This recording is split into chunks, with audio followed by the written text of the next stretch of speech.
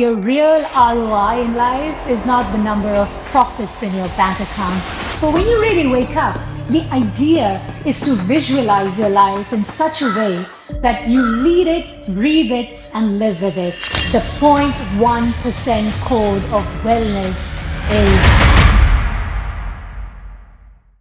the wellness code for the 0.1%. You guys must be wondering what it is.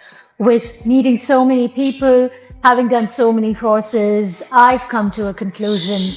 The 0.1% code of wellness is mental clarity.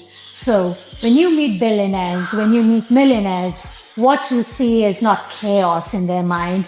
You don't see chaos in their lifestyle. You see clarity in their minds, clarity in their movement. From the moment they wake up to brushing their teeth, to their coffee, to stepping out there, attending their meetings, meeting with people, there's attention, there's anticipation, and most importantly, there's observation. And these are some of the tools that have helped not just people who have had successful businesses, but people who have transformed their lives. The wellness code of 0.1%, here you go. I truly believe that your real ROI in life is not the number of profits in your bank account. Well, that's a very, very important aspect. But the real ROI is rest, observation, and intuition. These are my 3 go-to mantras. With these, what happens is you elevate, you transform, and guess what? You win. You win for yourself and you win for your heart. Coming from India, I've realized something, and that is the very design of life we can create. With the very understanding of wellness, when I tapped into the Indian ecosystem of it, I realized it's not just about a physical workout or a quick meditation. It's about tapping into your inner being. So even if you wake up at 4 a.m. in the morning, right, you are offering prayers and you're bringing out that narrative of how you want to really design your life. And guess what? I know most of us don't wake up at 4 a.m. and it's all right. I mean, you don't have to wake up at 4 a.m. just because you're a famous mentor or a famous figure, sports personality or a celebrity is waking up at 4. But when you really wake up, the idea is to visualize your life in such a way that you lead it, breathe it, and live with it, right? And the design is magic. The design will take you to those doors that you could have never imagined. And for me, I come from a very, very simple background with extraordinary lifestyle. The reason being, I came from a military family where we moved close to 11 schools. And guess what? As a 7-year-old, when I changed 11 schools, what it taught me was, you know what? There can be people who can move around, lives can change, new friendships, old friendships go away. But what stays is the very paradigm, the very design with which you operate. The very design of life exists within us. And if you want to integrate that or bring parallelism with that into Eastern philosophy, it's close to your Sri Yantra, which is your inner geometry. And I find it really fascinating how Eastern philosophy and Western philosophy all come together onto one platform.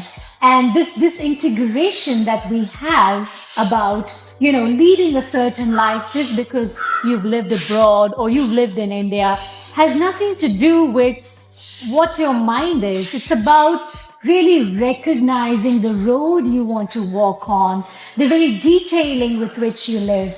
So when you wake up in the morning or when you're having your coffee, it's about how you want to sit, how you want to breathe, the conversations you want to have, the people you want to meet, and more importantly, so it's the energy you want to protect more than anything else. To be on the top 0.1% of the code of leading a successful life, what you need is clarity and not chaos. And that's where the real magic begins. I urge you to keep health, wellness, and mindset as the forefront of who you are.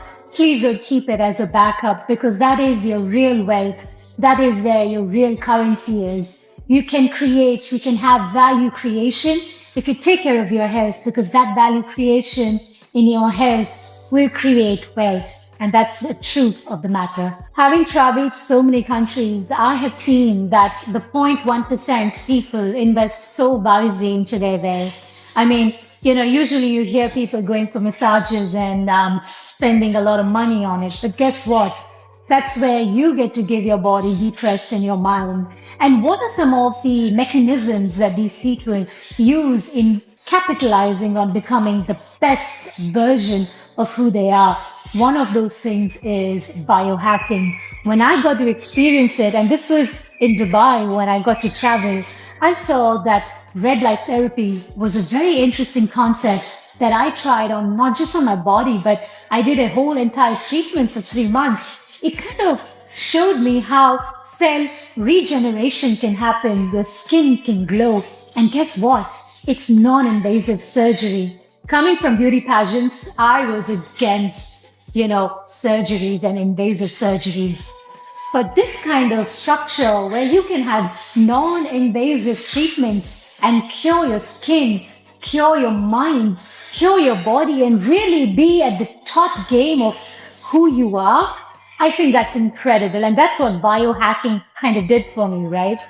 This being the last chapter of season 1, I hope you have recognized and realized that how important wellness is. And if you want to be on that 0.1% of mind, which is wellness, you need to recognize that being number 1 is not about winning medals or accolades. It's about that inner light.